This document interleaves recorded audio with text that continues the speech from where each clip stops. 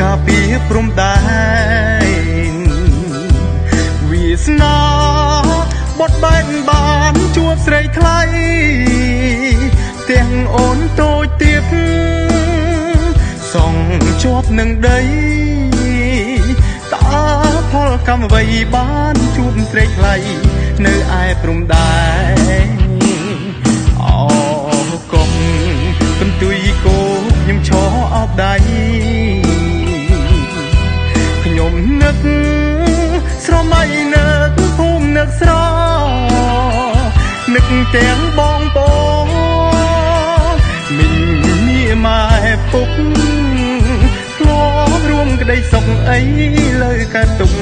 ព្រោះខ្ញុំក្លៀតឆ្ងាយវាសនាទីការពីព្រំដែនផែនការបត់បែនឥតមានកំណត់ដូចនៃច្រៀងបទចំរៀងសែនកំស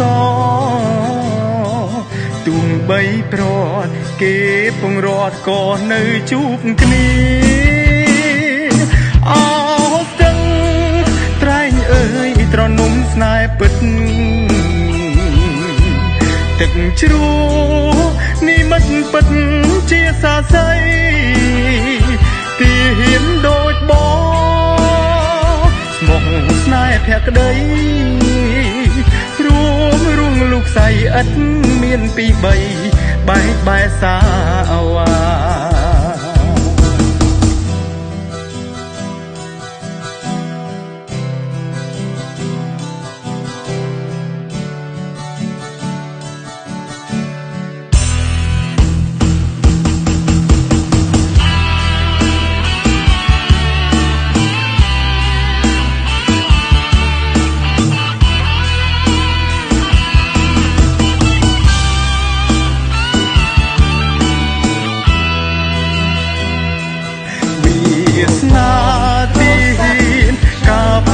ព្រំដែ